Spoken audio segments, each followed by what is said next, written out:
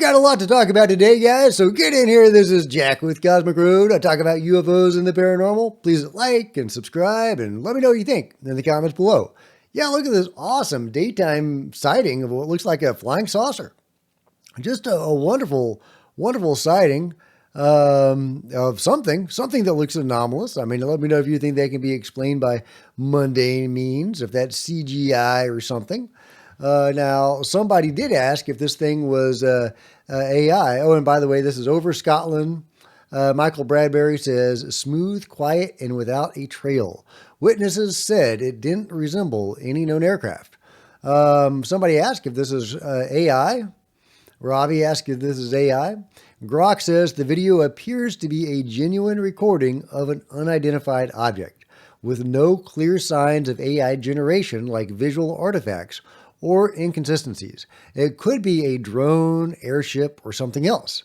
Hard to say definitively without more data. What do you think? So yeah, it's not AI. And apparently there are witnesses to this event. So that is super intriguing, guys. This is looking like an awesome, awesome sighting of something genuinely anomalous. Could this be man-made technology? Could this be black program stuff, control group stuff? Yeah, of course it could. Could this be, non-control group, but very high-tech stuff? We just don't know, but definitely very intriguing sighting of something pretty cool. Something that looks a lot like a flying saucer seen on its edge. Although, let me know if you think that could be more of a cigar shape. But yeah, all right. Now this is really, really intriguing here. 3i Atlas is getting more and more interesting. I've seen multiple people talk about this, what NASA has done regarding 3i Atlas. From Skywatch Signal, NASA quietly activates planetary defense network for 3i Atlas without saying a word. Buried in tonight's official MPEC, the Minor Planet Center's internal bulletin is an editorial notice that says it all. Announcement of IAWN Comet Astrometry campaign, etc. The campaign will target 3i Atlas. Be clear that this is not a Reddit rumor, 4chan leak. This is straight from the IAU, hosted on Harvard's Minor Planet Center, issued on behalf of NASA's International Asteroid Warning Network, the same group that coordinates global tracking in planetary defense scenarios. So this is what's happening for the first time in history. An interstellar object, 3i Atlas, has been formally enrolled in a planetary defense level observation campaign. They're calling it a test of improved astrometry methods. In other words, the object isn't behaving like it should. So yeah, super intriguing. Christina Gomez is also talking about this and sharing images of this object, supposedly. This is supposedly what 3i Atlas looks like. A huge disc-shaped object with something in the center there. Possibly a spherical. We don't know. But really intriguing shape to whatever the heck this thing is. Yeah, so what's the deal with NASA activating a planetary defense network? Maybe they are just testing equipment. But we can't trust anything NASA does. It's sad that we live in a world that we can't trust NASA at all, but there you go. 3i Atlas is definitely getting more intriguing.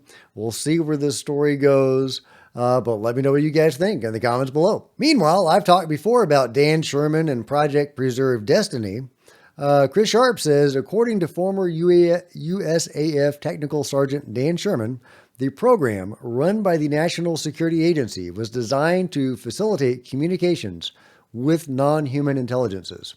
Sherman's program within a program structure of secrecy claim recently reported by Liberation Times and corroborated by a defense source mirrors a leaked NSA brief on Sentry Eagle, an umbrella codename that shields the agency's most closely held core secrets.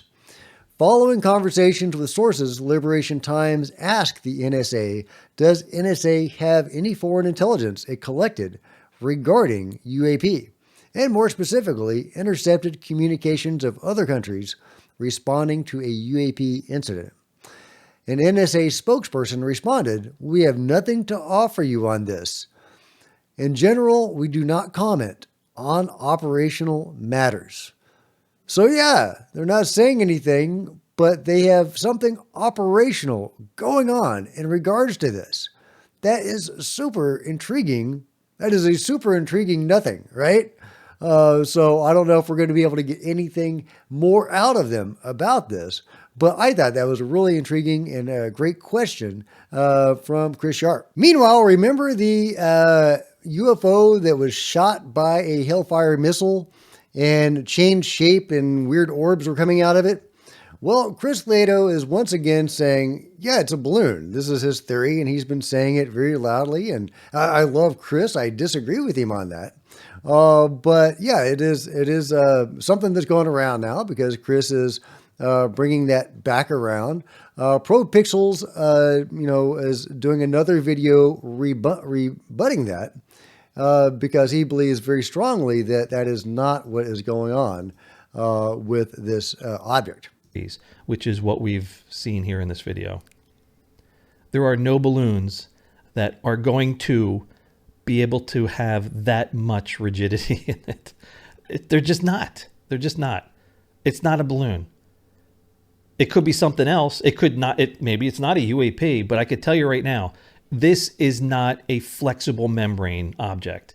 It could be something else, but it is not a balloon. Yeah, I don't think it's a balloon either. I think we're looking at something pretty anomalous here. You got this UFO skipping along the waters near Yemen, and boom, gets hit by a Hellfire missile. Some weird things come out of it that all have the same shape, which is really intriguing, and then seem to follow in the wake of the UFO.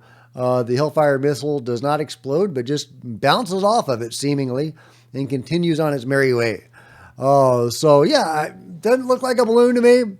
I think we're looking at something much more interesting than that. I'm not sure why Chris Lato keeps repeating that. I know he believes very strongly about that.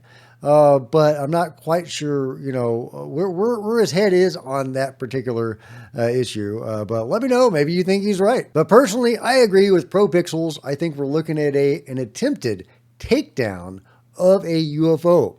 Only it didn't work. Sometimes they can take these objects down and sometimes they can't. You would think that, using conventional weapons, they wouldn't be able to take them down.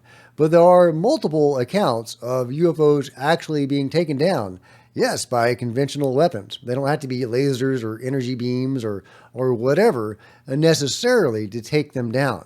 But whatever the case, this Hellfire missile could not get the job done. Why are they shooting at some UFOs and dealing with occupants from other UFOs, like the giant triangular UFO that set down at the NASA hangar at Langley? What is up with that? Yeah, let me know your theories in the comments below. Is humanity involved in some sort of cosmic war? Are we in some sort of proxy war? Different factions waging war on each other against each other through us? Is that what's happening? I think that's an important question, and one more huge reason why we need UFO disclosure. We need to know what the hell is going on. We need to know what the control group is up to, what they may have potentially gotten humanity involved in. We didn't vote to be involved in some sort of proxy war between alien races. So what the hell? We need oversight of these black programs. We very likely need to completely redo whatever the hell is going on behind closed doors. And I think it gets pretty wild. I really do. More and more people are coming out talking about being abducted into, the GATE program and working with aliens. Others are coming out talking about being abducted into the secret space program, the secret space fleet that has been going on for a long time, and high-level interactions with beings on other worlds. This lady right here talks about repeated abductions over the course of her life and being pressed into service, working on other worlds as part of the secret space program by various groups of beings, some goodly, some not goodly. This particular anecdote that she relays here is she's talking about a city on Mars, which apparently is an important hub of operations. Now, we know that there's some stuff going on Mars, so I don't dismiss what she has to say here. She doesn't seem like she is taken bodily. It's not a physical abduction. They're abducting her consciousness and taking her somewhere, possibly installing her in some other body somewhere. Possibly this is, a different level of reality that she is in. Because I think I shared with you not too long ago a guy in a, similarly taken, who found himself in a city on Venus, but it was like a higher vibratory level of reality. So I'm not sure if what she went to on Mars, if she's correct on this, is a literal 3D city on Mars, or if it's some sort of astral state on Mars or whatever. But it's an interesting account. So let's listen to a little bit of it. Come on. Aries Prime is it's kind of like a center for commerce. It's a city, but it's also a lot of trade happens on Aries Prime. So you get a lot of different extraterrestrial delegations. There were also, when I was there, a lot of human delegations that would come up. And I think that might surprise people, but this has been going on for, I'm not sure exactly how long, but for quite some time. And I can describe the different types of extraterrestrials that would come on, but yeah, it was a mix. Are there others besides the Greys, the Reptilians, and the Nordics? Is there something else you can describe to us that we may have never heard about before? Oh, goodness, yes. Anything that you can imagine in terms of extraterrestrial species exists somewhere in the universe, somewhere in the galaxy, but predominantly on the extraterrestrials that we would have coming in and off of Aries Prime. I'm not sure exactly the names of the races.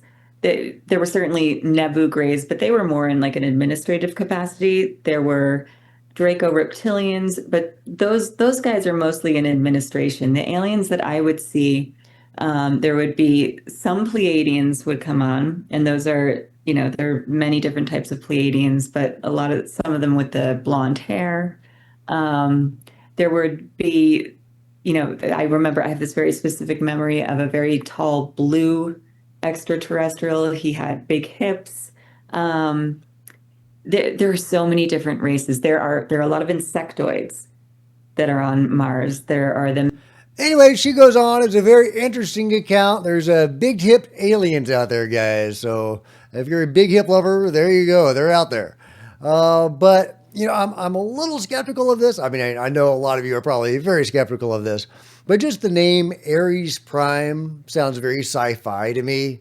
I don't know if they would give it a sci-fi name. It'd probably be called Bob or something, So, aside from that, though, a very interesting account. There definitely does seem to be stuff going on Mars in the past, and very likely going on right now, that agencies like NASA are concealing from us.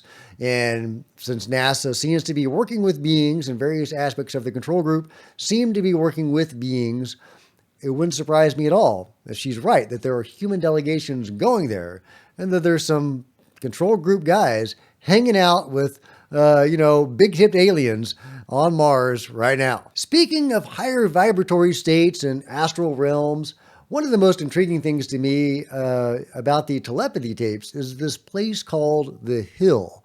And I've talked about The Hill before. It's a place where, autistic children will go and gather out of body. So let's let this mother relate a little bit about that. It's this ethereal place that you're able to meet with others, and a bunch of teachers are there, other beings. Some of them are human but never were born. Some of them are angelic type creatures, and she they all have kind of these jobs there. Like my daughter says she's a volunteer, so she kind of helps when people are ascending. And you don't have to have autism to go there. Anybody can go. You just kind of have to ascend. I still haven't gone there myself, but I've met people that have. There was this one story where this one. Well, I'll let you listen to the full story at your leisure on Danny Jones' show, but I just think the hill was super fascinating. Not too long ago, I shared a remote viewing or an out-of-body experience where a man projected himself to the hill because he was very curious about it. He wanted to check it out. But once he got there, he realized that he was basically trespassing. And this was a place that should be reserved for those kids. And, you know, he was an intruder there and he felt bad about it and left. But, you know, a really intriguing place that seems to exist in the astral in some fashion. And I love that people are talking about it. Of course, I do think there's a danger, just like with that guy. The more people talk about it, you know, the more people want to go there. But I do think that this is something that could be corroborated because multiple people or many people seem to go there. And I think for that reason, it's valuable to talk about because it, you know, imprints in people this idea that can be corroborated to a certain extent. The astral realm or higher dimensions, other vibratory realities do exist. And I think that's amazing. But let me know what you guys think about it all in the comments below. Like and subscribe. Hit the bell to be notified of future videos. You don't want to miss a thing. Look at that. Join me on social media, Facebook, Twitter, links below. Become a channel member. Channel members are rock stars. And I really appreciate you guys' support. Thank you. Meanwhile, plenty of other videos on the channel. And I'll see you next time. This is Jack with Cosmic Road, signing out.